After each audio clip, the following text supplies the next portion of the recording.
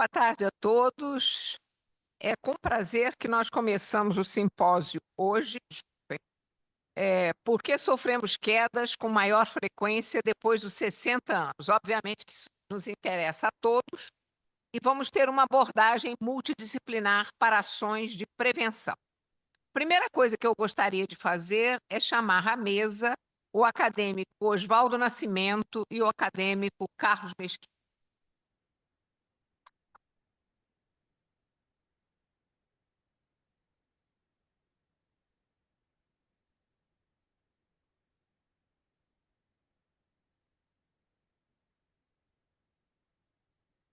Pode ser? Fica aqui. Desculpa, você desculpa.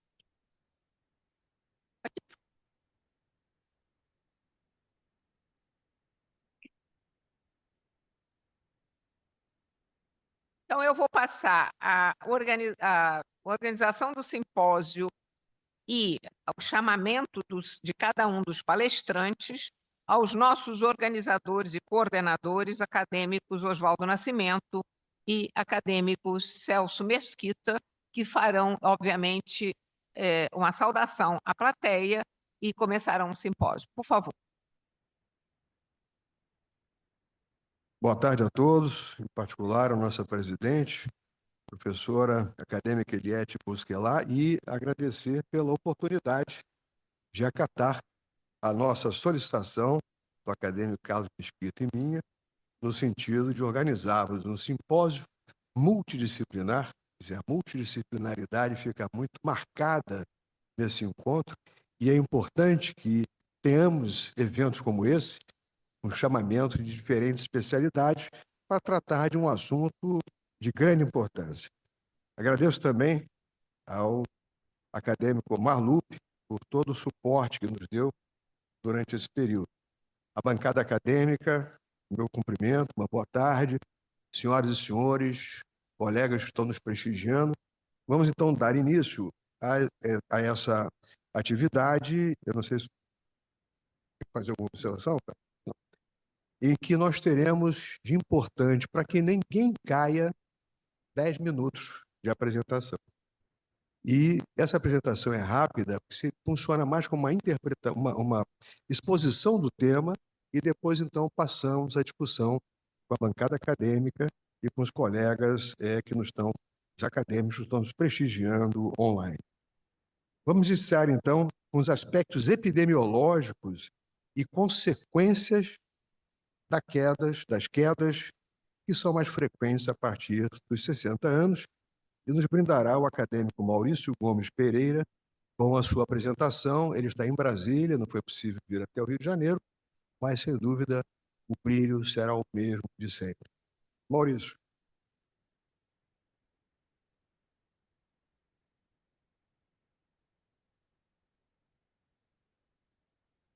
Um minutinho, um minutinho.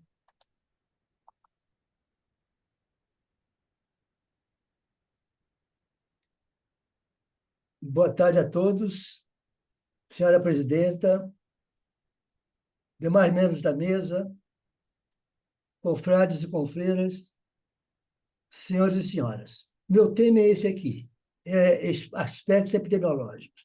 Um sinônimo de epidemiológico é populacional.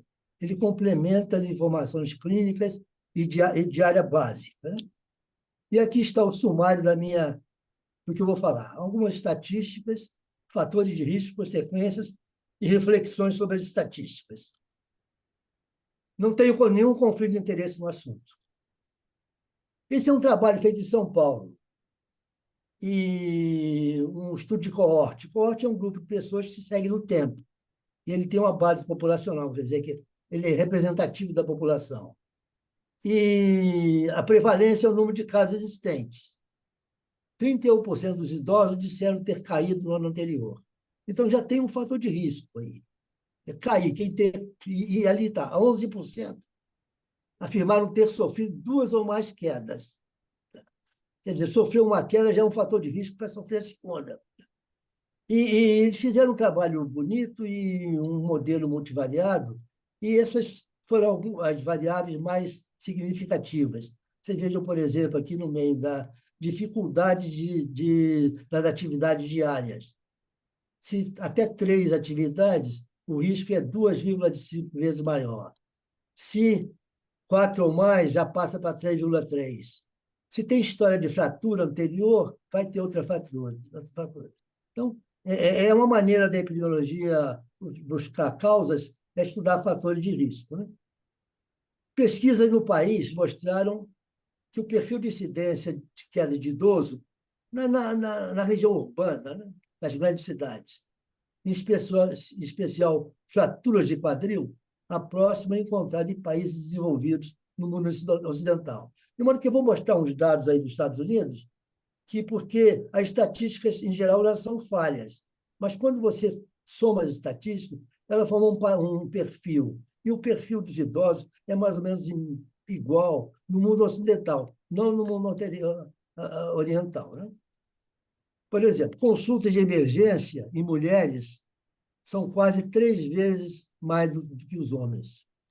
E esse achado é consistente com o aumento do risco de fraturas em mulheres após a menopausa, especialmente naquelas com osteoporose. Eu estou falando de estatística de idosos de 65 anos ou mais, né? A taxa de mortalidade por quedas, após os 85 anos, é 3 vezes maior do que a década anterior, 75, 84. 1 em cada 5 pessoas com mais de 65 anos sofrerá uma queda anualmente. Destas, 1/4 sofre uma lesão física e outro quarto ficará restrito às suas atividades por medo de cair de novo. Quais são os fatores de risco lá para a queda? São mais ou menos esses que eu já falei. O sexo feminino, uma idade avançada, história de queda, algum problema médico na hipotensão, medicamentos psicoativos, dificuldade de estabilidade é um problema sério do idoso. Distúrbios visuais também e outros déficits cognitivos. Esses são os fatores de risco relacionados às pessoas. É comum separar fator de risco de pessoas e meio ambiente. Agora vem do meio ambiente. O meio ambiente aqui, tapetes soltos, alguns exemplos. Objetos soltos no chão, tapetes, né, superfícies irrigadas, piso irregular, ausência de corrimão. Tá? E quais são as consequências dessas quedas? As mais temíveis são a primeira morte, né? Depois as fraturas, principalmente fratura de quadril. E repercussões físicas. É o declínio da saúde, restringe a atividade, tem um medo de cair, que altera a qualidade de vida, e um aumento de risco para ser institucionalizado. E uma consequência natural é o aumento de custos, porque as pessoas utilizam mais os serviços. E o idoso nunca vai sozinho para esses lugares. Vai com acompanhante, às vezes até com mais gente, né? Eu vou refletir um pouco agora sobre o problema de estatística, né? A magnitude de um problema de saúde, de um agravo à saúde como esse, depende do balanço entre incidência e prevalência. Incidência é o nome dado para o acúmulo de casos novos, e prevalência para os casos existentes. Podem ser novos ou não, ou antigos. Quer dizer, aqui está uma comparação com uma caixa d'água. Uma caixa d'água numa cidade. A prevalência seria esse centro aqui. Então, nós temos os casos existentes. Por que aumenta a prevalência? Aumenta a prevalência dos casos novos. Tá? Então, a incidência. Por que diminui a prevalência? É ser curado ou então um óbito, né? E vamos um pouco além e vamos ver qual é a relação realmente, o que nós podemos fazer em relação à incidência e prevalência. A prevalência, então, é igual à incidência e à duração da doença, e no caso das consequências aqui da queda, né? Então, para atuar na prevalência, no bom sentido, é diminuir o número de casos novos. Ou então diminuir a duração da doença, das consequências, né? Como é que diminui os casos novos? o caso novo você tem que atuar antes de cair.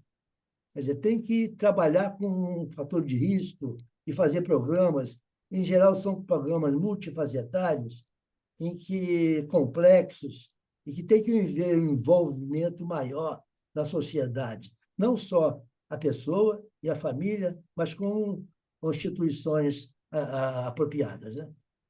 E a segunda maneira de atuar é você diminuir a duração. Agora, reparem bem, como é que você pode diminuir a duração? Eu vou voltar aqui para a caixa d'água. Então, a caixa d'água aumenta com caso novo e diminui com cura. Quer dizer, e com óbito. Se a associação, se a assistência médica e social é de boa qualidade, o que vai acontecer? Você vai postergar o óbito, que seria se não tivesse atuado. Então, você vai aumentar a prevalência. E a mesma coisa para a cura. O tratamento ele tende a dois tipos de tratamento. Um tratamento definitivo, que é o que cura. Por exemplo, antibiótico em infecção. E o tratamento paliativo é que ele posterga a doença, ele aumenta a cronicidade. Então, se a assistência médica ou social for boa, nós vamos ter um aumento da prevalência. Então, o aumento da prevalência, às vezes sai no jornal, está aumentando, às vezes é sinônimo de uma boa atuação da social e especialmente médica, né? Bom, e essas coisas que eu estou contando de estatística, elas estão acontecendo numa população idosa que está crescendo, tá? No Brasil, comparando os dois censos, o penúltimo e o último, os idosos de 60 anos e mais aumentaram de 10%, em 10 anos passaram para 15%. 15% quer dizer 30 milhões de idosos. E o IBGE faz uma projeção que daqui a 40 anos a expectativa é de que de cada 10 pessoas, 3 sejam. Então, em vez de 15%, eu vou passar para 30%. Vai haver necessidade de muita gente para cuidar dos idosos. Muito obrigado. É isso que eu queria falar para vocês. Um minutinho. Eu ainda tenho um tempinho. Eu, quando recebi o convite dos nossos organizadores, eu saí onde eu ando quase todo dia. Isso é uma calçada em Brasília. Vocês reparem só quanto tem de armadilha para queda. Aqui um degrauzinho, aqui, ali e tal. E isso é mais embaixo da mesma calçada. Olha só, faltando ladrilho, mais um degrau aqui. E esse do outro lado da rua tem uma porta que todo mundo chuta. Isso aqui é uma porta que fecha em cima de um trilho. E esse trilho tem 1 ou 2 centímetros ali e a pessoa chuta naturalmente. É isso que eu queria falar para vocês. Obrigado. Muito obrigado, acadêmico Maurício Gomes Pereira, pela sua importante apresentação, porque é um grande epidemiologista e trouxe, então, o assunto à baila. Vamos dar seguimento? Vamos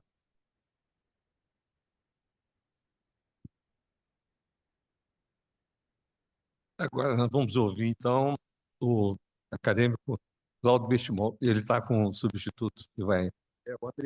O Adriano Fonseca de Moraes, que é do Instituto Nacional de Cardiologia, que vai nos brindar com o tema quedas de causa cardíaca.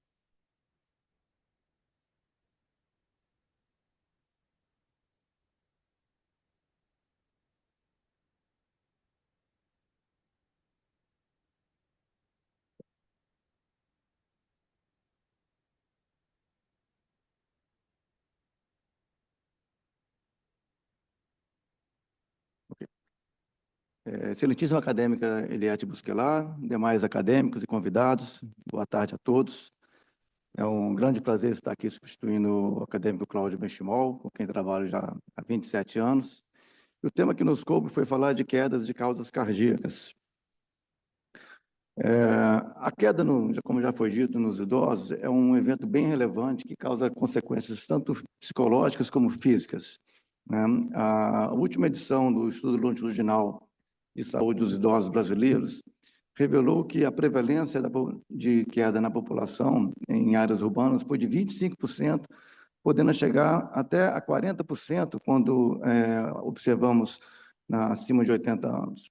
Como já foi dito na exposição anterior, os fatores associados à ocorrência são multidimensionais, como o sexo feminino é onde apresenta maior prevalência, uma faixa etária superior a 75 anos, medo de cair, belas condições de vias públicas e outras doenças associadas. Quando a gente fala em queda relacionada a causas cardíacas, não podemos, obviamente, associar com síncope. E o que é a síncope? A síncope é definida como perda súbita e transitória da consciência do tônus postural, com recuperação espontânea e como resultado da hipoperfusão cerebral. A síncope nos idosos, existe uma prevalência em torno de 6%, mas que aumenta exponencialmente com a idade. Tem um caráter bem recorrente, ocorrendo de 25% a 30% ao ano nos 2 primeiros anos, e é um importante preditor independente de mortalidade, e reduzindo a capacidade funcional, e além de ser um motivo muito frequente de admissões hospitalares. E a importância das síncopes de origem cardiogênica se torna maior, porque elas são de pior prognóstico, respondendo até por 20% dos casos no idoso. Tornando-se muito importante, então, o seu diagnóstico. Quando avaliamos e entendemos a fisiopatologia da síncope, ela divide em 3 grandes grupos, né? Síncope reflexa, síncope cardíaca e síncope por hipotensão ortostática.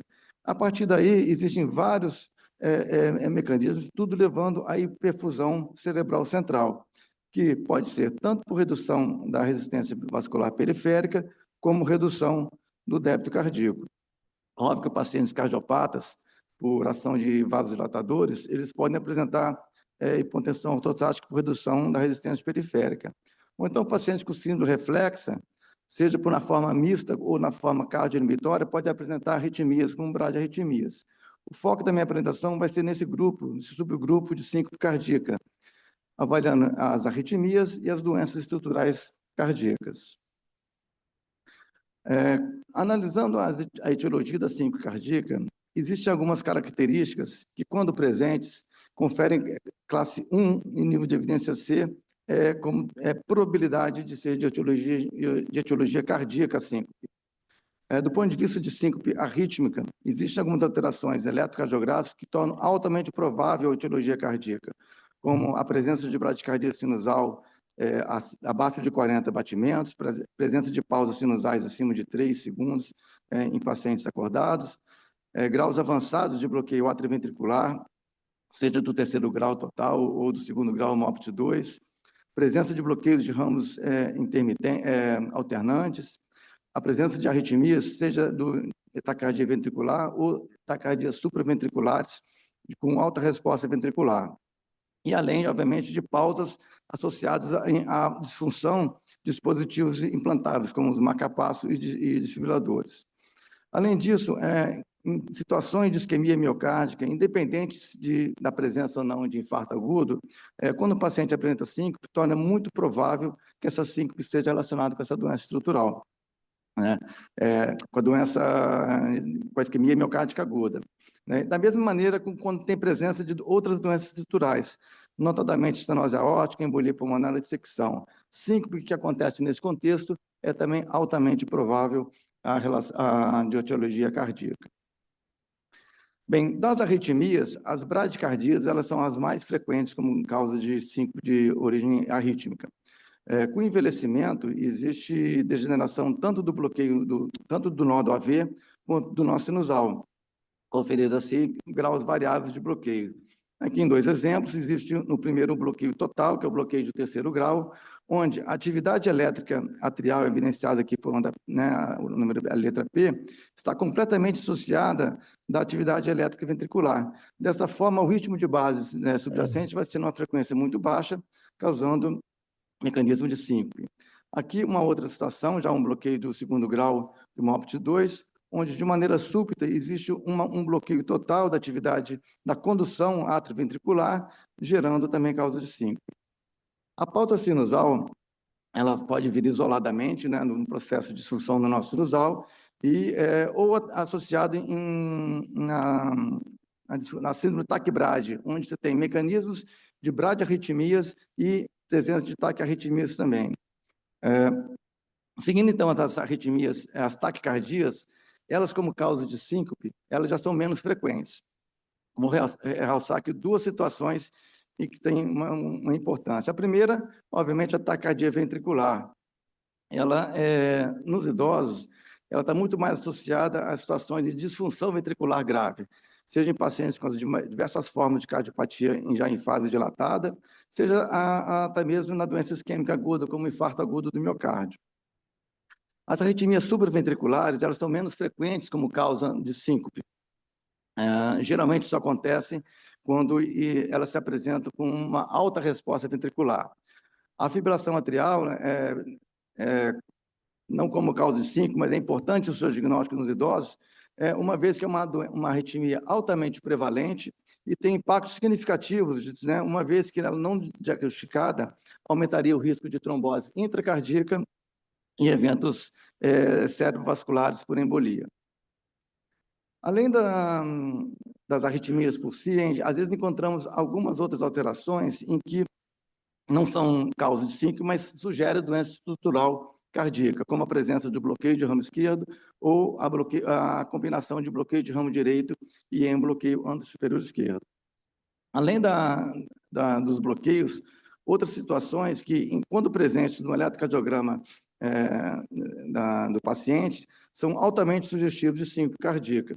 Queria ressaltar aqui a presença de bradicardia, às vezes inapropriadas, em torno de 40 a 50, a presença de fibrilação atrial, uma resposta ventricular mais baixa na ausência de medicamentos, paciente às vezes com bloqueio de átrio ventricular de primeiro grau, mas com PR bastante longo, ocasionalmente podendo aumentar o grau de bloqueio e causar síncope, e alterações de hipertrofia ventricular esquerda, ou por cardiopatia hipertrófica, que, embora sejam mais frequentes no jovem, às vezes, em alguns pacientes, têm uma manifestação fenotípica numa fase mais tardia.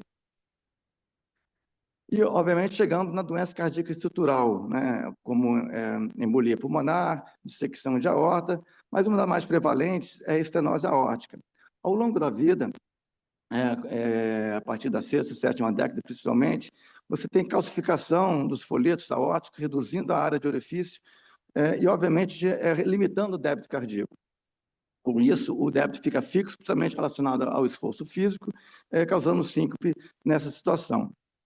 A suspeição, obviamente, no paciente na emergência seria pela presença de um sopro sistólico de base, um sopro de ejeção, e no eletrocardiograma, alterações de sobrecarga ventricular esquerda.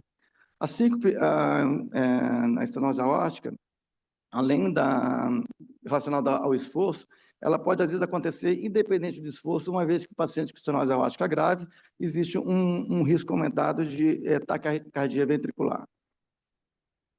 E, por fim, a combinação das duas, né, que são a doença estrutural e a arritmia. A síndrome coronária aguda pode se apresentar de diversas formas, e a isquemia coronária, seja na forma sem estupro de ST, como a isquemia aqui na presente, como na parede anterior, seja na forma clássica de infarto agudo do miocárdio, pode eventualmente se manifestar com síncope.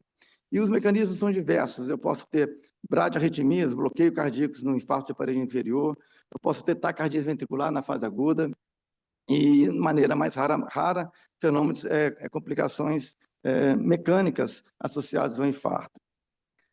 Bem, em resumo, quando pensar, então, em síncope cardíaca, quando nós temos a síncope relacionada ao esforço, quando existem sintomas associados ao momento anterior à síncope, principalmente como palpitação de início súbito, ou dispneia associada à síncope. Obviamente, se a gente conhecer a história clínica do doente, já saber do conhecimento de doenças cardíacas estruturais, disfunção ventricular ou a presença de doença coronariana, aumenta muito a nossa possibilidade de pensar em síndrome cardíaca. E, obviamente, a presença de eletrosugestivos de alterações cardíacas complementa essa nossa avaliação. Isso que tínhamos para apresentar. Muito obrigado a todos. Muito obrigado, Adriano. E muitas vezes esses sintomas são negligenciados, né, pelo paciente e pelo médico. Muito obrigado.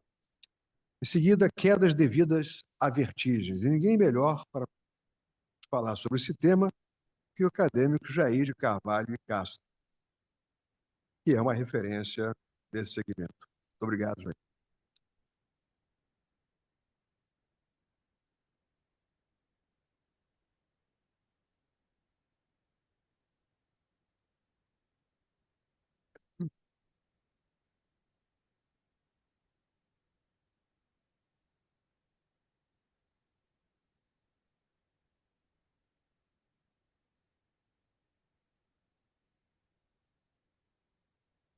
Boa tarde a todos.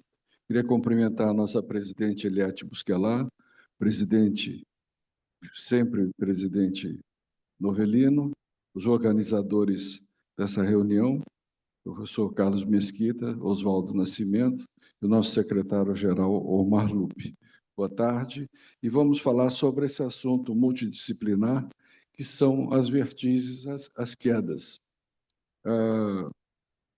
Vertigem vem do latim, vertere, girar e rodar.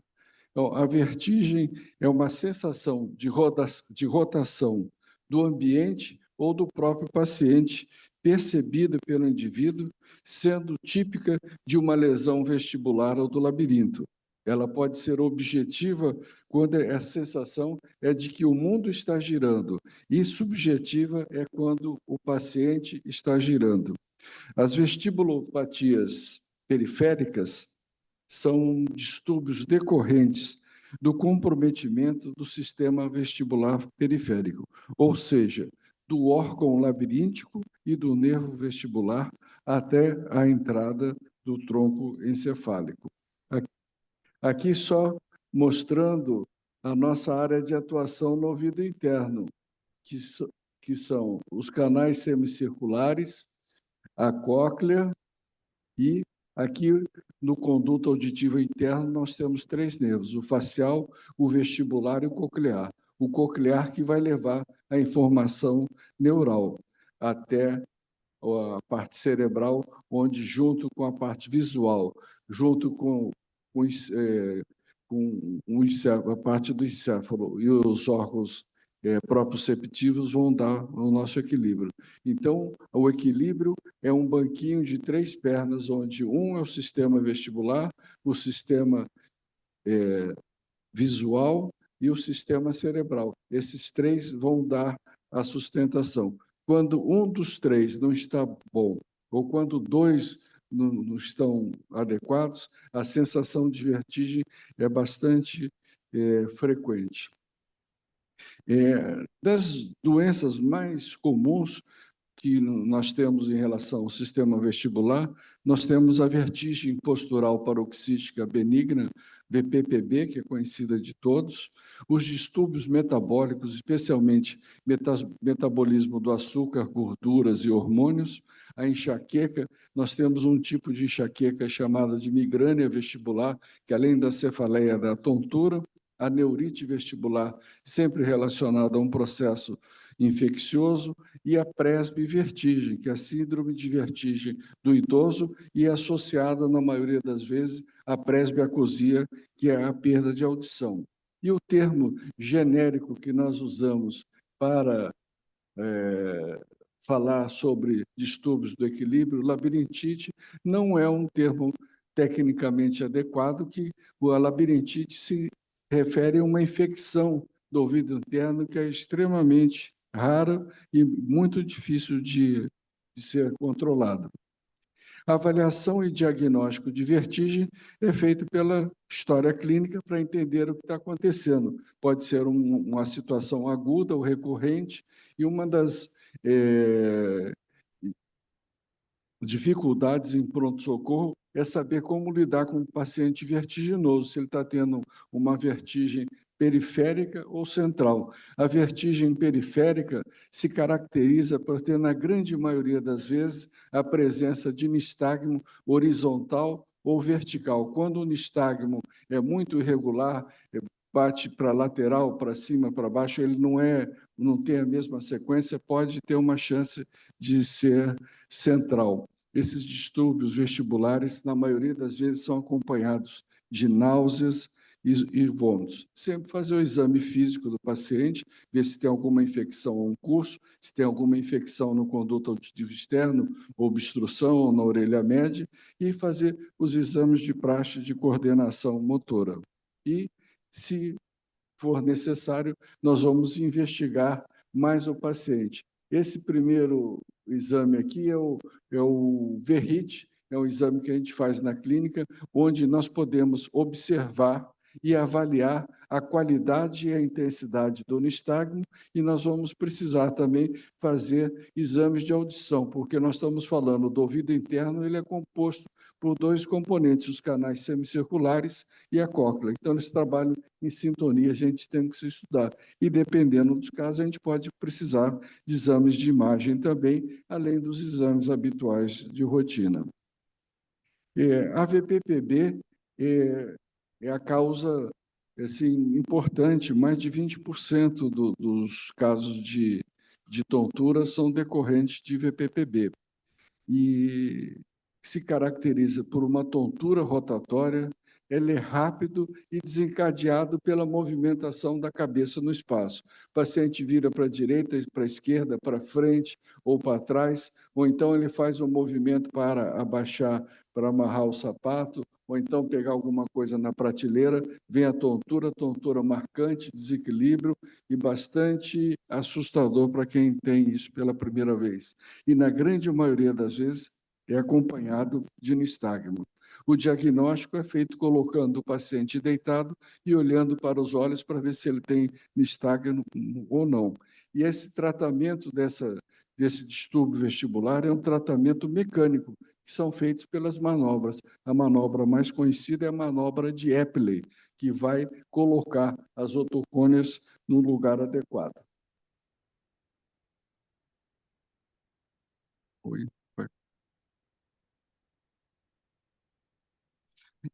Como nós falamos, no tratamento das tonturas, nós temos que atender às necessidades do paciente na fase aguda. Então, a gente vai dar medicamentos para frenar os estímulos labirínticos, algum tranquilizante, se ele tiver com hipotensão, com hipertensão, ou alguma outra alteração, deve ser corrigido também. E na fase de estabilização, ele vai passar por uma avaliação otoneurológica com todos os exames para a gente saber exatamente qual a causa, qual o motivo dessa tontura e prevenir, orientar que esse paciente possa vir a ter quedas. Nós queremos citar aqui, apenas devido ao tempo curto, os medicamentos que a gente usa. A gente pode usar antivertiginoso na fase aguda, vasodilatadores, esteroides, se tem possibilidade de ter uma infecção respiratória alta com neurite vestibular, sedativos labirínticos, eventualmente antidepressivos e tranquilizantes, se o paciente estiver ansioso ou ter problemas de natureza psiquiátrica. A gente quer que o paciente idoso tenha um equilíbrio e possa seguir sua vida. Essa aqui é um esquema rápido para mostrar como é que se faz a manobra de Epley, o paciente deitado, a gente olha os olhos dele, vê se tem nistagmo, põe a cabeça para um lado, para o outro. Para o lado que ele tiver nistagmo, tontura, a gente espera que cesse os nistagmos e vamos fazer a manobra reposicionando o paciente sentado e, com isso, a gente coloca os otóratos em condições. E o que a gente vai procurar é a presença do nistagmo, não. Então, a presença do nistagmo é marcante. Quem não é acostumado a fazer esse tipo de exame, não preste atenção no branco do olho, que é mais fácil de observar o nistagmo. Então, o batimento. E muitos pacientes, principalmente o paciente idoso, ele precisa de medicamentos numa fase aguda e depois ele precisa fazer reabilitação vestibular. Então, ele vai fazer exercícios orientados por fonoaudiólogo e lembrar também que esse problema pode dar em pacientes jovens. A prevenção de quedas por vertigem, nós falamos que temos que ter 2 tipos de prevenção. A prevenção para o paciente, com orientação, medicação e investigação para saber qual o motivo que ele está tendo desequilíbrio, e também sobre a casa. Aqui não está aparecendo adequadamente, mas essa é uma casa elegante, mas uma casa perigosa. Tem escada, muitos móveis, tapete, degraus, como foi mostrado pelo professor Maurício, aquela rua que ele mostrou, se estiver chovendo, então a chance de queda é bastante grande. E o que nós queremos proporcionar ao paciente na área da otorrinolaringologia, estabelecer o diagnóstico, tratamento, orientação, deixar o paciente seguro, falar sobre a casa segura, como já foi comentado anteriormente, estimular a atividade física, ter uma dieta saudável. Se ele precisar de aparelhos de audição devidos à perda auditiva, surdez, ele deve fazer. A perda de audição é um fator muito importante para a demência, para a piora da cognição do paciente e estimular a vida social. Esse conjunto rápido de informações pode trazer qualidade de vida para o idoso e segurança para ele e tranquilidade para a família e para os amigos. Muito obrigado. Bem, muito obrigado, acadêmico Jair. E agora vamos ouvir o acadêmico Arno von Ristel, que vai falar sobre quedas e síndromes vasculares.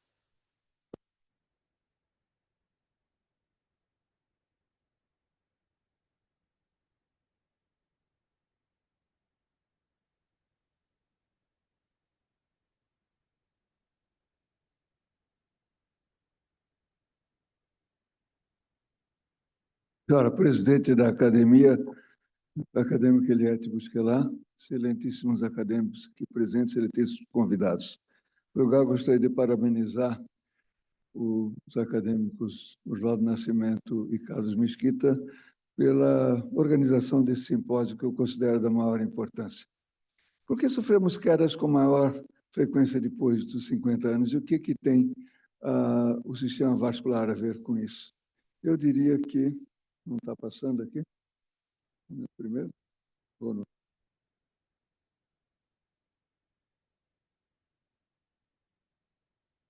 Vamos aqui. Eu diria que tudo tem a ver com o sistema vascular. Como os 2 apresentadores que me antecederam, a circulação é fundamental, desde o coração até o topo do cérebro, mas, sobretudo, no ouvido interno, onde nós vamos ter essas estruturas, que não é à toa que uma delas se chama labirinto, que realmente são bastante complexas. Imaginem que qualquer alteração de circulação, o foco onde isso mais vai se fazer presente vai ser na periferia, nesses vasinhos que têm fração de milímetros. O problema é que a nossa população vem envelhecendo. Quando eu nasci, a vida expectativa média do brasileiro era de menos de 50 anos. Atualmente, ela está em mais de 75 e tem algumas estatísticas que dão até de 80. Essa expansão sem precedentes traz consigo a necessidade de conscientização dos problemas envolvidos com o envelhecimento, dos quais as quedas são um deles. Nós sabemos que a doença circulatória, em suas várias manifestações, é o grande vilão que mais mata desde a humanidade. Essa estatística aqui, alguns vão achar interessante, ser do ano 2010, mas o censo de 2020 foi extremamente contaminado por Covid, de maneira que a gente não pode usá-lo como uma base, né? Nós vemos aqui que a ateriotrombose, que afeta também em grande parte os idosos, foi responsável por cerca de 1/3 dos óbitos no planeta, causando as suas 3 síndromes mais conhecidas, das quais o infarto agudo do miocárdio é o mais prevalente, mas também o acidente vascular encefálico e a doença arterial periférica. Elas estão extremamente interligadas, como nós vemos nesse quadro que foi publicado por Schlosser já no ano de 1993, mas que tem sendo atualizado e que nós vemos aqui que a circulação cerebral, quando afetada, ela tem 41% dos casos dos pacientes com artérias periféricas comprometidas têm problemas cerebrovasculares, e desses que têm problemas cerebrovasculares, cerca de um quarto deles, um terço deles, tem também problema nas coronárias. Tudo isso é interligado. Eu trago aqui alguma coisa sobre isquemia dos membros inferiores, que, embora não seja uma causa de queda do ponto de vista básico, nós podemos também facilmente imaginar quando um paciente que tem as suas artérias periféricas comprometidas tem agravamento do seu quadro de neuropatia periférica, muito prevalente nos pacientes com diabetes e naqueles de idade avançada de outras razões. É uma doença com uma incidência muito grande que nós vemos aqui e com um prognóstico muito ruim. Então, é muito fácil imaginar as infinitas possibilidades da participação da doença arterial obstrutiva na gênese de fatores que influenciam a queda nos indivíduos idosos. E como esses fatores contribuem para o aumento da incidência das quedas nas diferentes doenças aqui demonstradas. Eu vou pedir um pouco de espaço para poder falar aqui sobre a etiologia vértebro-basilar como causa das quedas, que, curiosamente, eu andei assistindo algumas conferências sobre esse assunto e me chamou extrema atenção de que a insuficiência vértebro-basilar é muito pouco explorada em todas as apresentações, tanto realizadas por médicos como por pessoal de enfermagem, que se dedica muito a isso, na gênese dessa importante do problema que são as quedas. Então, o diagnóstico da insuficiência basilar é relativamente menos complexa nos casos agudos, mas nos casos crônicos, onde queixas como tentura, desequilíbrio de marchas, quedas, sem perda de consciência ou embaçamento visual prévio, muito inespecífico, na verdade, deve levar à investigação da presença de uma etiologia vascular. Vou voltar atrás aqui, foi meio rápido o dedo. E por que esses segmentos tão importantes das artérias cervicais foram ignoradas por tanto tempo?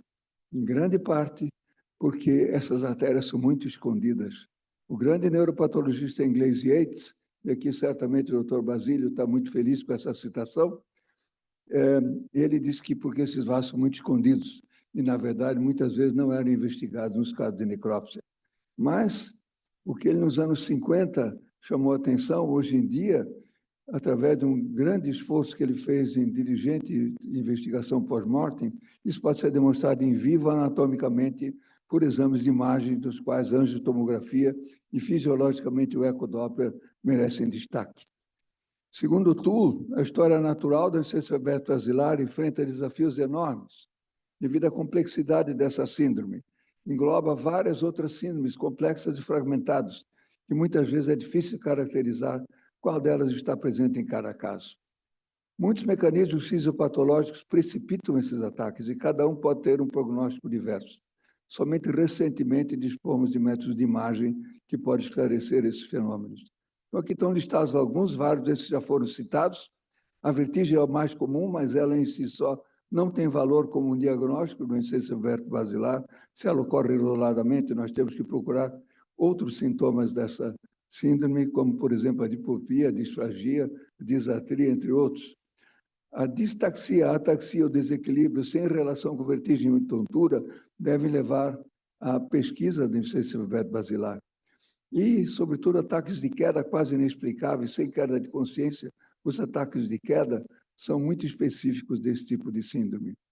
Para que o paciente investigado, primeiro é necessário a realização de um exame neurológico, que deve ser minucioso e acompanhado de um exame clínico vascular muito simples e primoroso, em que nós vamos realizar a ausculta dos troncos supraórticos e, sobretudo, nos casos de suspeita de insuficiência vértebro-basilar, a medida de pressão arterial dos dois membros superiores.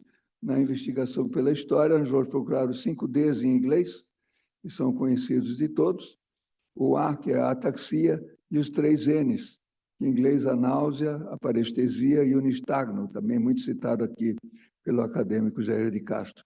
Dos testes que realizam objetivamente, o tilt test hoje em dia está bastante, vamos dizer assim, difundido, mas, sobretudo, o teste de Romberg, que é um teste simples, em que nós vamos avaliar exatamente o tripé que mantém o paciente de equilíbrio: o seu ouvido interno, a sua visão e a sua sensibilidade profunda. Aqui nós vemos um exemplo típico de um paciente que sofreu um ataque de queda, um drop attack, uma queda sem perda de consciência, com as clássicas equimoses perigeniculares, simplesmente há uma isquemia a nível geralmente do bulbo e o paciente cai.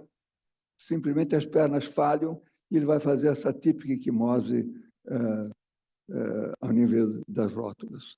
Então, uma vez afastadas outras causas neurológicas, com uma avaliação vascular positiva, como seguir com o exame? O exame de imagem é lógico.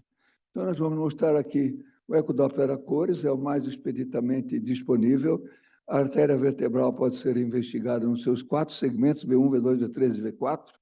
Nós vemos aqui um segmento V1 normal, um segmento V1 altamente patológico, com estenose importante da artéria vertebral dominante. Esse exame é realizado pelo Dr. Luciano Belém. Nós vemos aqui um exame também realizado pela doutora Andrea Weinstock, em que está claramente evidenciado de uma forma objetiva aquilo que foi detectado no exame físico, que é a síndrome de furto de subclávia, em que o sangue é roubado de dentro da circulação cerebral pela presença de inversão do fluxo na artéria vertebral esquerda devido a uma oclusão da artéria subclávia. Esses pacientes eles sofrem tonturas, vertigens, às vezes ao pentear o cabelo com a mão esquerda, realizando exercícios com a mão esquerda e, eventualmente, até espontaneamente. A etiologia da insuficiência basilar também pode ser realizada com doença relacionada com doença dos troncos supraórticos, das quais a mais prevalente é a aterotrombose, como nós estamos vendo aí na primeira imagem, uma paciente que apresentava estenose de todos os seus 3 troncos supraórticos, e nos pacientes mais jovens, pensar na presença de arterite de Takayasu e também na dissecção dos troncos supraórticos. A aterotrombose, nós vemos aqui, também pode afetar as artérias vertebrais em qualquer segmento, prevalentemente ao nível do seu segmento V1. Nós estamos vendo aqui exatamente a estenose das 2 artérias vertebrais, causando insuficiência basilar, e ela tem uma intensa relação com o movimento do pescoço. Ele pode ser relacionado com diferentes formas, que nós vamos ver depois, mas nós vemos aqui que a artéria vertebral simplesmente some nessa arteriografia que foi retirada de um trabalho do professor Keffer, da França, com a rotação da cabeça. Aqui nós vemos aqui mais uma vez, eu acabei meu tempo, vou correr um pouquinho, a presença de uma compressão dinâmica por um osteofito cervical, difícil de demonstrar, mas a gente sabe que existe, e aqui uma demonstração muito clara num colega nosso de 88 anos, que se chegava de tonturas, fez toda a investigação otoneurológica, sem descobrir nada, mas ele no consultório comigo, ele disse, quando eu viro a cabeça para a direita, eu fico tonto. Eu pedi à doutora Adriana Vasconcelos, fez essa investigação, nós vemos aqui a artéria vertebral, segmento V4. Em repouso, ela está boa. Quando ele vira a cabeça para a direita, vinha a sintomatologia. É perfeitamente demonstrável. O tratamento só é justificável na presença de sintomatologia. Aqui os senhores veem aquele caso exatamente da doença dos 3 troncos supraórticos, tratado pelo método endovascular. A artéria vertebral é a artéria que eu diria que é a prima pobre na cirurgia vascular. A gente opera relativamente pouco, também aqui só na presença de sintomas. Aqui os senhores veem um caso interessante de um ateroembolismo emboligênico a partir de uma artéria vertebral proximal, levando a um infarto bulbar. Esse pequenino infarto aqui travou o paciente, encarcerando ele cerebralmente. Ele, embora lúcido, acordado, ele não conseguiu movimentar devido à presença do infarto bulbar. Uma tragédia. Então, tem vários tipos de revascularização da artéria vertebral. É verdade que muitos pacientes com lesões simultâneas nas vertebrais e nas carótidas, se a gente tratar só das carótidas, eles ficam bons. Com cerca de 1 a 2 terços dos pacientes melhoram sem precisar mexer na vertebral. A cirurgia da vertebral é uma cirurgia bastante estabelecida, embora a grande maioria dos pacientes não precisam desse tipo de malabarismo cirúrgico, que eu fiz uma vez na minha vida, espero nunca mais fazer, que é uma ponte de safena para a artéria vertebral a nível de entre C1 e C2 no pescoço.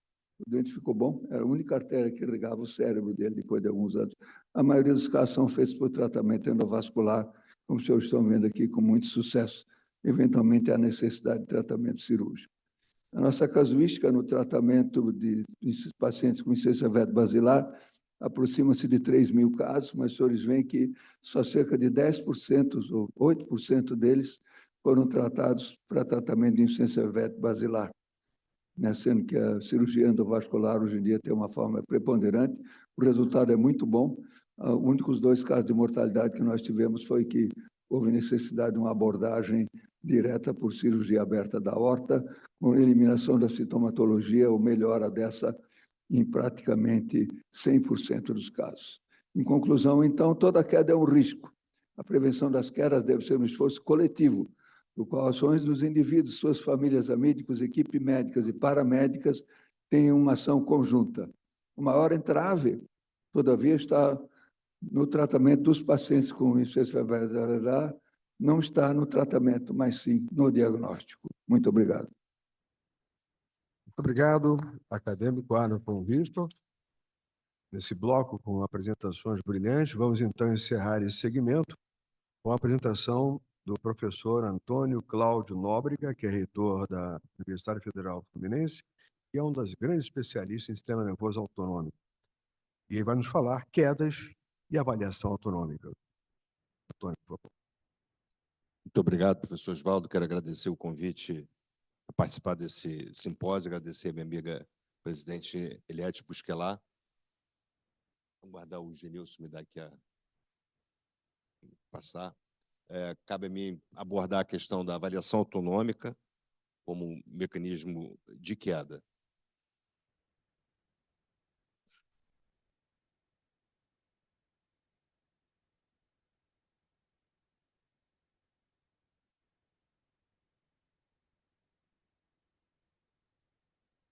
Bom, queria, em primeiro lugar, circunscrever a nossa abordagem.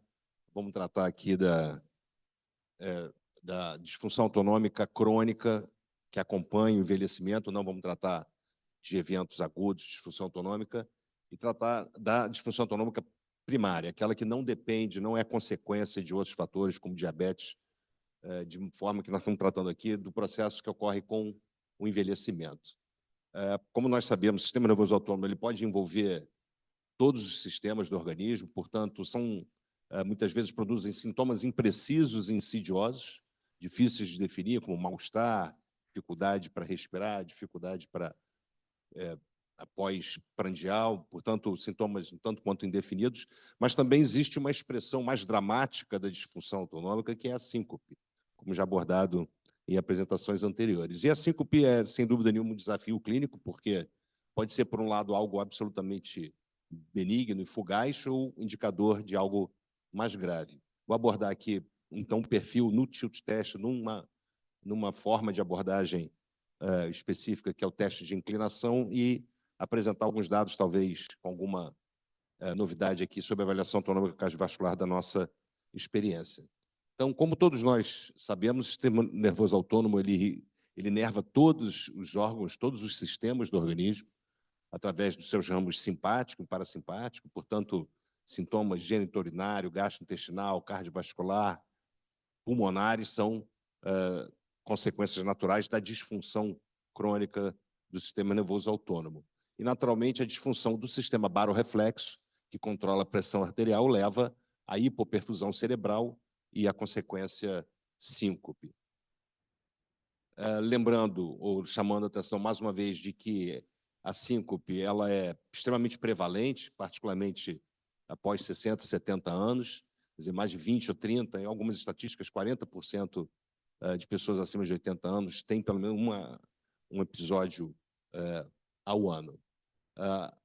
Também é importante chamar a atenção é que é uma série grande, publicado alguns anos atrás, mais de 20 anos atrás, mas que permanece, mostrando lá na linha preta são indivíduos sem síncope e com síncope vasovagal e amarelo. Observe que não há diminuição, variação do risco. No extremo oposto, a presença de doenças neurológicas ou cardiovasculares aumentam muito o risco, a sobrevida diminui em indivíduos com síncope. Portanto, o primeiro desafio, diante de uma apresentação de alguém que se diz que desmaiou, que caiu, é saber se de fato foi uma síncope, portanto, baixa perfusão cerebral, ou foi uma queda ou uma outra causa. Esse é o primeiro desafio clínico extremamente importante. Como sabemos, a presença de uma testemunha costuma ajudar, e, nesse caso, o exercício de uma anamnese profunda e detalhada é absolutamente fundamental. O segundo desafio é se houve síncope, se existe cardiopatia estrutural ou arritmogênica, porque, de fato, é o grupo de indivíduos com maior risco de mortalidade. Mas não basta essa definição, também é importante saber a causa da síncope. Muitas vezes o indivíduo tem cardiopatia estrutural, mas teve uma síncope por outra causa, por exemplo, por disfunção autonômica ou outra causa qualquer. Então, esses são os 3 desafios na sequência diante de um caso de potencialmente uma síncope ou uma queda.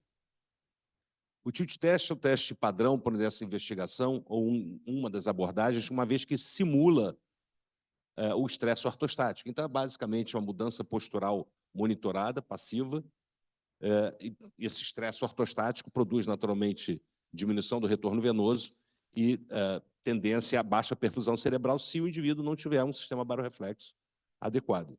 Então, a resposta fisiológica a um teste em vermelho a peça sistólica, em verde diastólica, em azul frequência cardíaca, é uma variação normal de pressão e frequência, mas observe que a linha média não há variação quando mudamos a postura.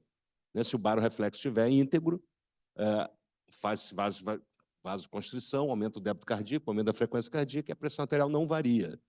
Então, a resposta normal num teste de inclinação é não ter variação de pressão arterial e um pequeno aumento da frequência cardíaca. Esse é um padrão chamado neurocardiogênico ou vasovagal, o desmaio clássico. Observem que a pressão sistólica e diastólica subitamente cai e, paradoxalmente, a frequência cardíaca também cai. Então, um reflexo paradoxal, onde o próprio organismo provoca uma queda da pressão arterial com bradicardia. Esse é o chamado desmaio comum, ou síndrome neurocardiogênica. Mas nos interessa aqui o chamado padrão desautonômico, onde a queda da pressão arterial é progressiva, lenta e progressiva, sem uma elevação correspondente da frequência cardíaca. Então, observe, o indivíduo que possui degeneração do sistema nervoso autônomo tem dificuldade de promover a vasoconstrição, por isso a pressão vai caindo quando em posição ortostática, e também tem disfunção da inervação cardíaca, portanto, a frequência cardíaca não aumenta adequadamente. Esse é o padrão desautonômico. Na nossa experiência, o normal é que tenha pelo menos elevação de 1 batimento na frequência cardíaca para cada milímetro de mercúrio de queda da pressão. Se cair 30 milímetros e subir 10 batimentos, é insuficiente a resposta de frequência cardíaca que caracteriza um padrão desautonômico. Mas eu gosto de fazer essa analogia do príncipe do Maquiavel, onde a disfunção autonômica no início, e ele fazia aqui uma analogia com a conspiração, né, que é um mal que no seu princípio é fácil de curar, mas difícil de identificar, porque tem sintomas difusos. Mas à medida que o tempo passa, se torna mais fácil de identificar, mas muito mais difícil de tratar. Então, é importante a busca ativa da presença da disfunção autonômica. Nós fizemos aqui com a doutora Renata uma publicação alguns anos atrás, com uma série, mais de 160 casos com indivíduos acima de 60 anos, e os principais resultados mostram que num tilt test, os indivíduos com previamente um episódio de síncope, no tilt test, cerca de metade é assintomático. E nós fomos investigar quais eram o padrão de resposta hemodinâmica no grupo assintomático e no grupo sintomático.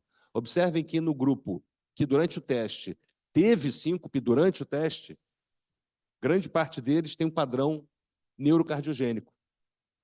Ao contrário do que se diz, que é mais presente no jovem, no idoso, não tem neurocardiogênica, não. Naqueles que têm sintoma durante o teste, a maioria, o resultado foi de síncope neurocardiogênica, o desmaio comum, vasovagal. Mas o que eu quero chamar a atenção aqui é que no grupo sem sintoma durante o teste, em vermelho, quase 2/3 tinham um padrão desautonômico. E ao contrário do que algumas vezes se pode ouvir, que a baixa da pressão no idoso é comum, não é isso que as evidências mostram. Essa é uma série de casos mostrando que indivíduos, ao longo de 15 anos acompanhados, em azul, sem hipotensão ortostática, que é uma forma de padrão desautonômico, possuem uma sobrevida superior àqueles que têm hipotensão ortostática, ou seja, a despeito de fatores cardiovasculares comuns. Ou seja, ter queda de pressão arterial ou um padrão desautonômico durante a manobra ortostática carrega um risco de mortalidade e sim só. Quero terminar mostrando como abordamos a disfunção autonômica cardiovascular, chamado testes de Ewing. São testes que provocam respostas cardiovasculares não invasivos, arritmia sinusal respiratória, valsalva, preensão manual, e nós desenvolvemos um teste chamado teste de 4 segundos de exercício. Vou mostrar rapidamente aqui para que tenha uma ideia de resultados. Então, a arritmia sinusal respiratória, flutuação da respiração, mede-se a variação da frequência cardíaca, que é o caso de alguém com índice baixo, de 1,06, o mínimo é 1,20. Manobra de Valsalva, todos sabem, expiração contra glote fechada, deve ter variações de pressão que provocam a resposta de frequência cardíaca. Exercício de preensão manual, aqui um indivíduo diabético, uma resposta insuficiente de pressão e cronotrópica durante o exercício. E durante o exercício dinâmico, no ciclo ergômetro sem carga, chamado teste de 4 segundos, mede a modulação parasimpática. Com isso, em conclusão, eu queria chamar a atenção de que é fundamental, clinicamente, fazermos a diferença se houve síncope ou se foi uma queda. Também é extremamente importante de que a presença de cardiopatia estrutural e neuropatias aumenta o risco. E, por fim, a desautonomia produz sintomas insidiosos, tem alta morbidade e demanda avaliação específica. Tá? Muito obrigado.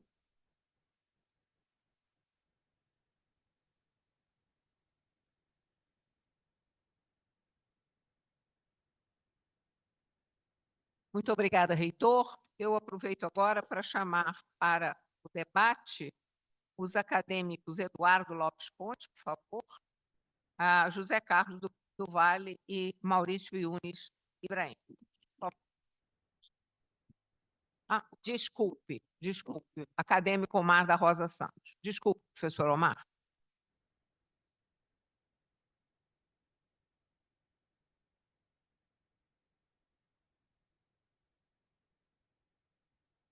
Então, nós estamos invertendo o programa e nós vamos começar com os comentários dos 3 acadêmicos e, a seguir, a gente vai abrir para debate com a bancada acadêmica. Por favor, acadêmico Eduardo Lopes.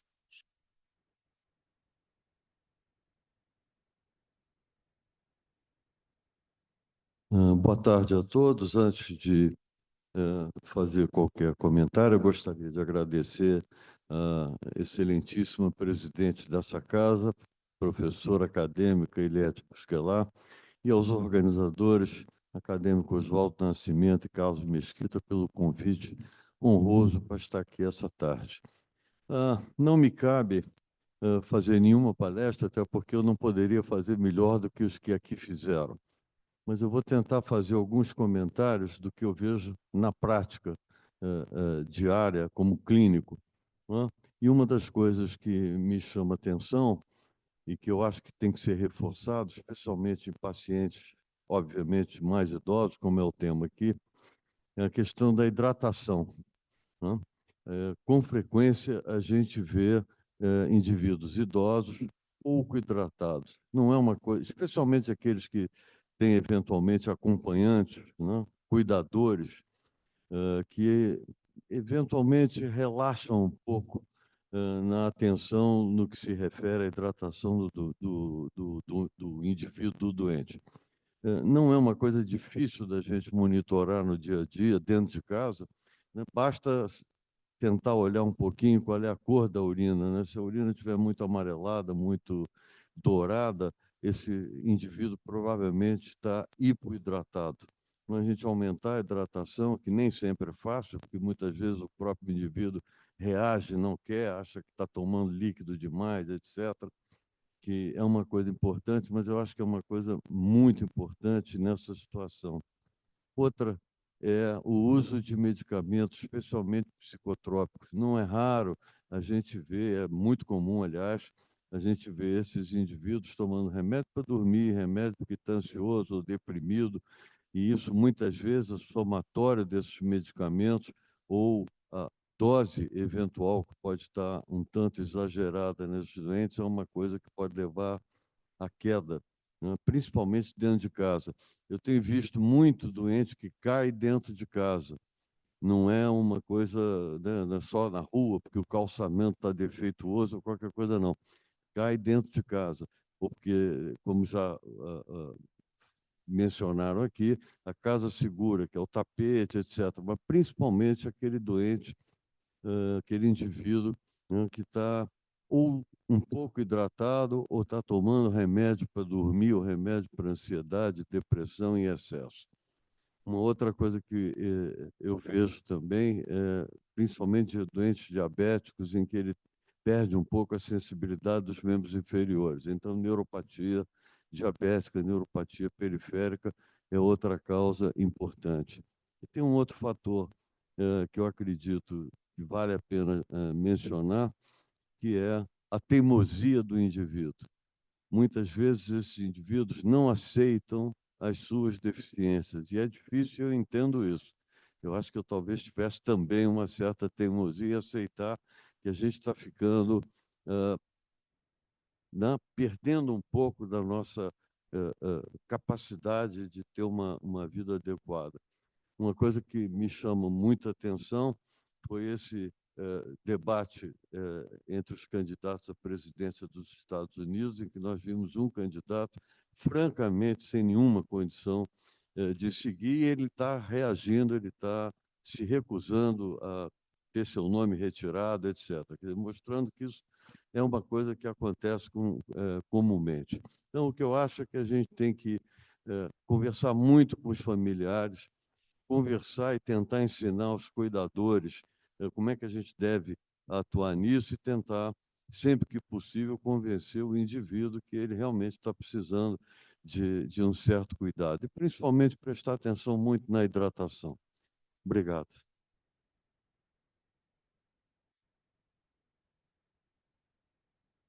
Por favor, acadêmico José Carlos do Vale, para os seus comentários.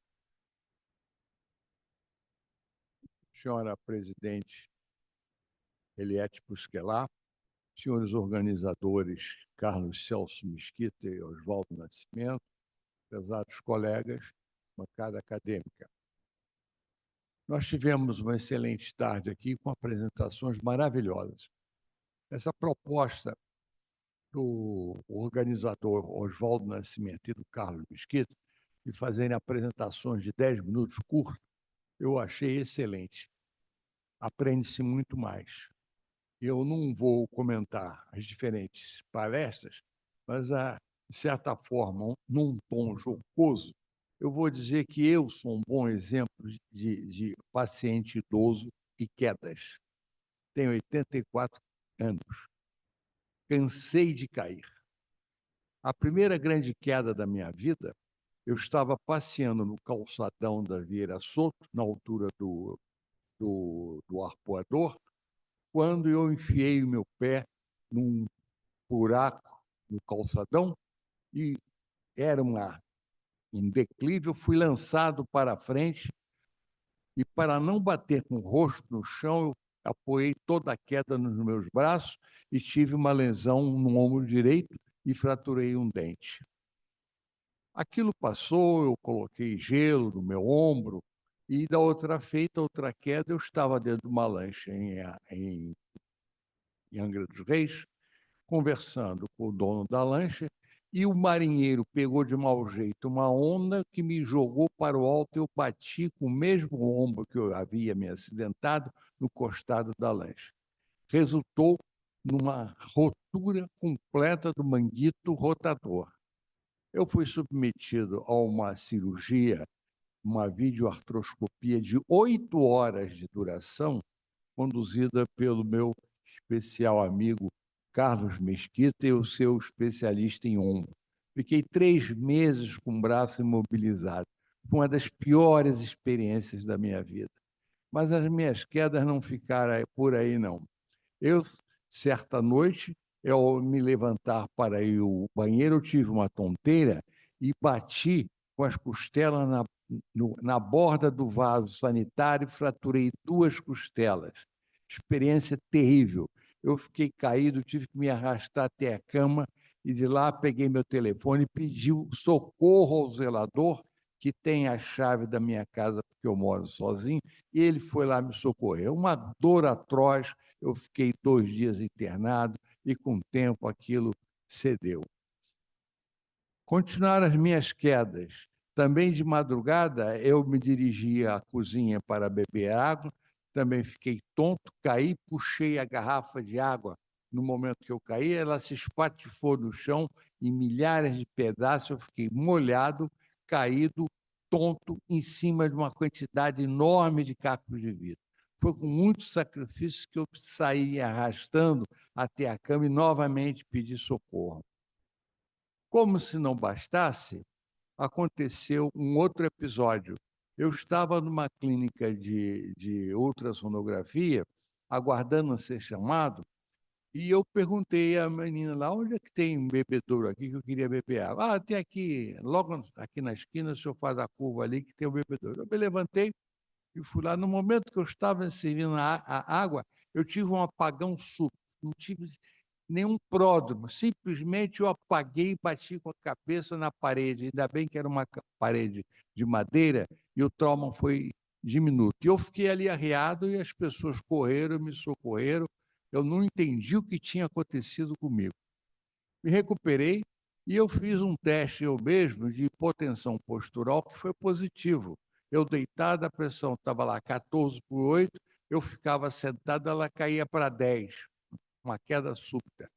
Não queriam deixar que eu saísse da clínica para pegar meu carro, queriam que eu largasse meu carro lá, mas aquilo passou completamente, eu peguei meu carro e voltei para casa. Essa foi minha última queda. Eu tenho pavor de queda.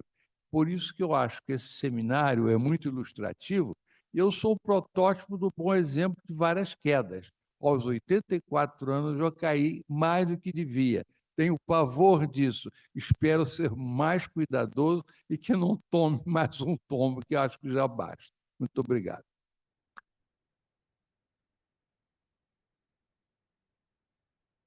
Passamos a palavra agora para os seus comentários para o acadêmico Omar da Rosa Santos.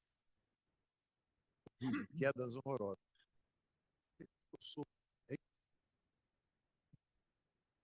Senhora presidente, senhores organizadores, prezados colegas,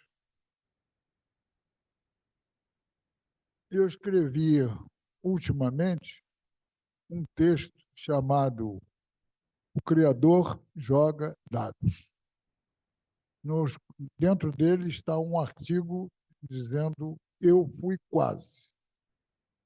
E eu fui quase, não está no texto, mas eu fui quase vítima de quedas nesta metade da 9ª década que eu estou enfrentando atualmente. Os senhores apresentadores, Maurício Pereira, nosso colega substituto do Cláudio Benchimol, Jair, doutor Arno e o reitor Nóbrega, foram extremamente felizes nas suas apresentações, de modo que eu não tenho contestações a fazer. Anotei algumas coisas por enquanto. Por exemplo, no Eu Fui Quase, do Maurício, eu quero anotar uma coisa que não sei se os senhores já prestaram atenção. Se os senhores forem aos prédios erigidos há mais de 100 anos no Rio de Janeiro, e aquele antigo hospício, que depois foi a reitoria da Universidade do Brasil, etc., vão notar que não há corrimão nas entradas. Por quê? Os apresentadores mostrou que a média de vida do brasileiro estava em torno de 40 e poucos anos. Ele falecia de outras coisas antes, de modo que eu, quando chego lá, fico esperando chegar alguma boa alma para subir junto com eles. Então, o primeiro ponto que eu queria abordar é a proposição do uso de corrimãos. Depois, os diversos apresentadores, a vertigem pelo Jair foi extremamente bem-vinda, da mesma maneira que a aterotrombose e as lesões vertebrobasilares pelo acadêmico Arno. os movimentos súbitos que levam à correlação entre o sistema nervoso vascular e os tombos, as alcatifas, os tapetes, são verdadeiras armadilhas para os idosos pelas madrugadas escuras. Poderia eu ficar falando várias coisas sobre as síncopes, as arritmias, as bradicardias, e principalmente a fibrilação atrial, mas eu acho que não será oportuno ficar, né, abordando cada um desses pontos para deixar mais oportunidade aos debatedores. Eu prefiro resumir o que teria a dizer em 3 coisas: água, diuréticos e glifosinas. Água, porque é frequente o octogenário ou nonagenário chegar ao médico e dizer: você está, como disse há pouco, você falou há pouco, desidratado, precisa beber água. E o indivíduo passa a beber água, vai bebendo água, sem prestar atenção para o horário no qual está bebendo água. E passa a levantar de noite, várias vezes, o que leva a tombos. O segundo, o uso de diuréticos, e com mais os antihipertensivos das diversas enfermidades cardiovasculares, da hipertensão arterial, que devem ser tomados pela manhã, porque o diurético tomado depois do meio-dia vai fazer efeito no rim, que já é lesado, vai fazer efeito mais tarde, levando a quedas. E as glifosinas, as drogas que inibem os diabéticos para controle do diabetes, o recente drogas glifosinas, fazem com que haja uma inibição da reabsorção tubular de glicose, que melhora a glicemia, mas, junto com diabetes, uso imoderado de água e de diuréticos formam um verdadeiro tripé que leva o indivíduo frequentemente aos tombos, principalmente no valetudinário de certa idade. Muito obrigado, senhora presidente.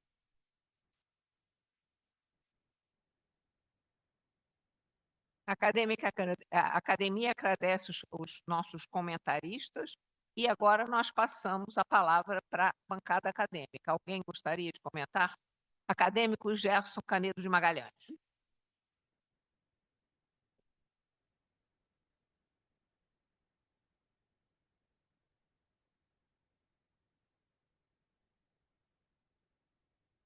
Senhora presidente, componentes da mesa, os colegas acadêmicos e acadêmicas, convidados. Eu queria lembrar algumas coisas fundamentais, porque qualquer pessoa, mesmo um atleta, se ele sofreu um empurrão, ele cai, vai ao chão. Então, nós temos que considerar nessa queda uma coisa importante, que é o centro gravitacional de uma pessoa de pé. Uma pessoa de pé tem um centro gravitacional, mostra os estudos biométricos, que é diante do osso sacro. A linha gravitacional cai na base de sustentação, que é o quadrilátero dos nossos pés. Se essa linha gravitacional cair fora do quadrilátero, nós vamos cair.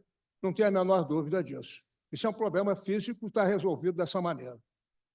Porque, se nós compararmos as pessoas idosas com o nenenzinho, quando chega com 2 ou 3 anos, ele começa a andar. E ele cai com frequência. Por que ele cai com frequência?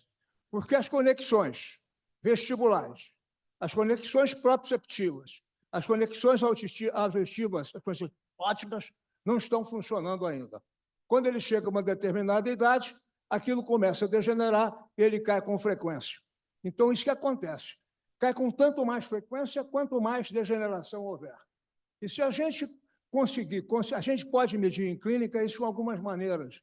Por exemplo, esse doente passa a ter uma retropulsão, queda para trás, ou ele passa a ter uma anteropulsão, queda para frente, ou uma lateropulsão, queda para o lado. E, às vezes, ele apontei para fugir dessa anteropulsão, surge um fenômeno muito curioso, que é a festinação. O doente começa, para perseguir o seu centro de gravidade, ele anda um pouco mais depressa. Então, esses dados são dados muito importantes que têm que ser considerados isso aqui. O outro lado da história é uma história diferente. Se nós imitarmos um bailarino e dançarmos com frequência, nós vamos para o chão. Por quê? Porque o nosso labirinto não está condicionado. Mas as bailarinas dançam e não ficam tontas. Por quê? Porque elas condicionaram o seu labirinto e, com o exercício, elas chegaram a se aprimorar. Se nós vemos aquelas meninas que andam naquela barra fixa nas Olimpíadas, elas também condicionaram. Então, tudo isso é sujeito também a condicionamento. Eram essas pequenas observações que eu queria fazer dentro desse contexto que foi muito bem explanado nessa primeira parte do dia de hoje. Muito obrigado. Muito obrigada, acadêmico Gerson Magalhães. Alguém mais gostaria de fazer uso da palavra, por favor? Acadêmico Otávio Vaz. Excelentíssima presidente, doutora Eliette, os organizadores, confrades, convidados. É óbvio que eu imagino que isso vai ser objeto de discussão no aspecto lá na frente, quando for falado sobre a casa, mas eu acho que o importante é, dentro do que tudo que foi falado aqui, a adequação das nossas instituições. Nossos hospitais não estão preparados para o idoso. O idoso, ele só passa à frente, mas ele não tem nenhum cuidado especial durante a sua internação, ele não tem nenhuma facilidade de chamar alguém se ele passa mal, ele é colocado em enfermaria junto com pessoas de idades diferentes, às vezes iguais às dele ou não. Enfim, os banheiros, ainda alguns têm degraus, não têm barras, a não ser alguns hospitais que tratam de obesos, obesidade mórbida, esses sim têm barras e artefatos para a pessoa se segurar no banheiro e poder sentar no vaso sem se machucar. Então, eu acho que, pelo tudo que foi mostrado aqui, que foi extremamente importante, muito bem apresentado, eu acho que a gente tem que salientar também essa adequação da casa e das nossas instituições, especialmente os nossos hospitais. Muito obrigado. Obrigada, acadêmico Otávio Vaz. Alguém mais? Acadêmico Omar da Rosa Santos, por favor.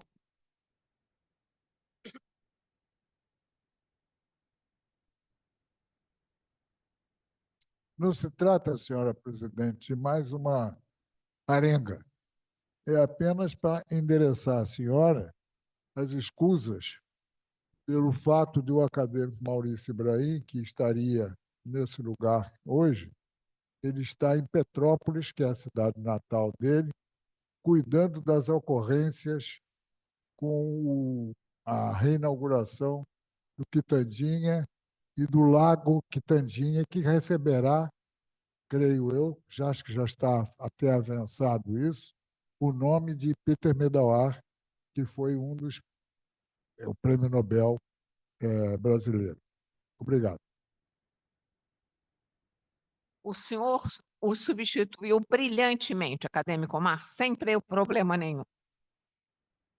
Se ninguém mais quiser fazer uso da palavra, eu convido a todos para o nosso chá acadêmico. Por favor, voltamos às 18 horas.